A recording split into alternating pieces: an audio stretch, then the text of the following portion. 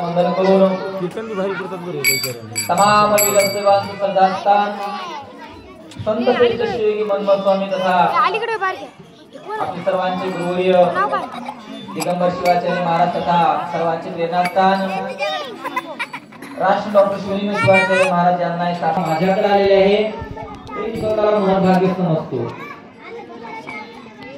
आज 12व्या अध्यायाचं आपण वाचन झालेलं आहे। पार्वती माता शिव परमात्म्याला विचारते की देवा हा जीव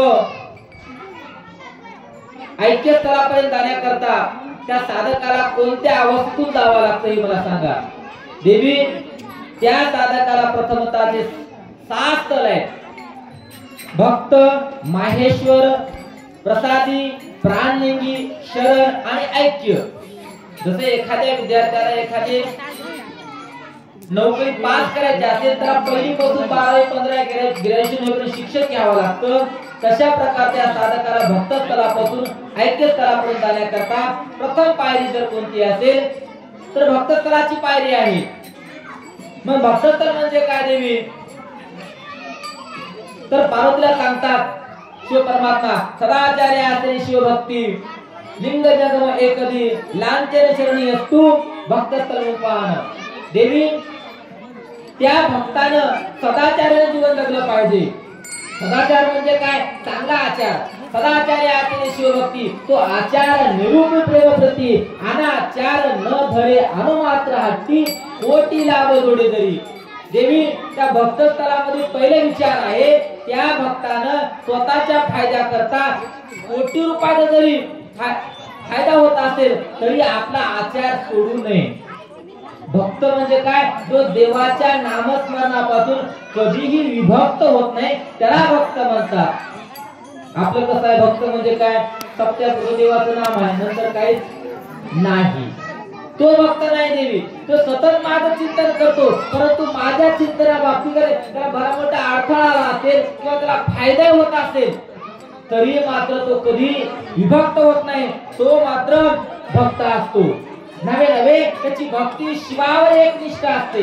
आपला एकच देव आहे तो शिव आहे। शिवा वाचूनी ब्रह्म हरी न माने कोणाची एकटा शिव आहे। त्याचा इष्टलिंग हा भक्त जेव्हा पूजा करतो याच्या व्यतिरिक्त तो इतर देवतेला मानत नाही। परंतु आपली भक्ती कशी आहे माहितीये का सोमवारी महादेव धरला मंगळवारी देवी धरली गुरुवारी गणपती धरला गुरुवारी गुरुवार धरला शुक्रवार बालाजी गेला शनिवार महादेव काय शनिवार मारुतीचा धरला रविवारी उपवास धरला 8 दिवसामध्ये 8 दिवस धरल्यावर देव कोणता पाव तुम्हाला टेम्पलवारी भक्ती या ठिकाणी असं केल्याने कधीही देव प्रसन्न होत नाही देवी। म्हणून त्या भक्ताने भक्त आहे ना एकाच देवाची पूजा त्याच्या सोडून इतर देवतेला मानायचं नाही। न माने ब्रह्म विष्णू हरी त्याला प्रमाण दिले जैसे पतीचा भाव भक्ती चित्त आपल्या पतीचे तिला व्रत म्हणून हे पतिव्रता आणि भ्रांत नाम तेचे। जसे आपल्या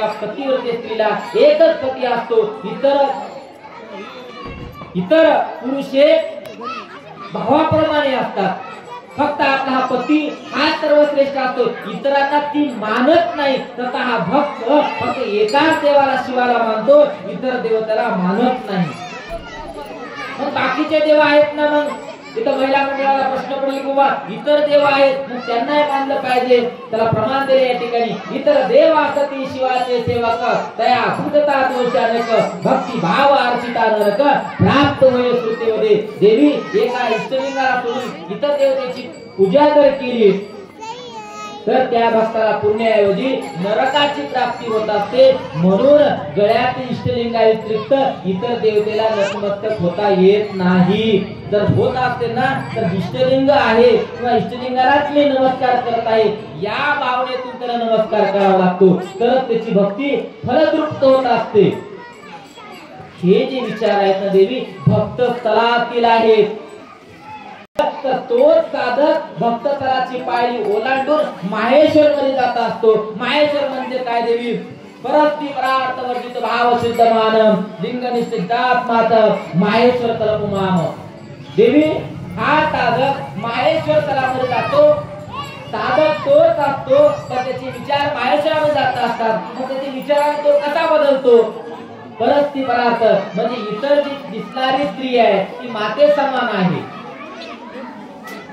नवे नवे स्त्री आणि पुरुष याच्यामध्ये जो आत्मा आहे तो सारखाच आहे. असं कधी झालं का स्त्रियामध्ये आत्मा आहे पुरुषामध्ये आत्मा आहे स्त्रीमध्ये आत्मा आहे असं नाही. सर्व चराचरामध्ये आत्मा आहे. त्याची जी पाहण्याची दृष्टिकोन आहे तो एकच आहे. हा बऱ्याच लक्ष एक सांगतो. जसं एकच स्त्री असते ज्यावेळेस तिचं लग्न होतं. आता लक्ष आलं लग्न होतं ती सर्वता मी पतीची आहे तिची भावना असते सुरुवातीला म्हणजे सर्वस्व मी पतीची आहे म्हणून तिचं ऐकणार सर्व काही ती स्त्री पतीला समर्पित असते. पण बराच कालावधी गेल्यानंतर मात्र पती माझे आहेत विचारसरणी बदलते. विचारसरणी बदलते माझे पती आहेत ही विचारसरणी तिच्यामध्ये येत असते.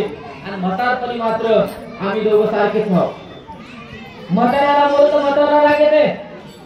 म्हाताऱ्याला कोण बोलायचं म्हणजे या ठिकाणी राग म्हातारला येतो. याचा अर्थ दोन जरी आत्मे असते तरी विचार मात्र एक असतात. त्यांना जरी दुःख झालं ना तर यांना दुःख होत असते किंवा म्हाताऱ्याला काय होतं म्हाताऱ्याला दुःख वाटतं. या ठिकाणी मला त्यामध्ये मात्र वेगळा भावच उरत नाही.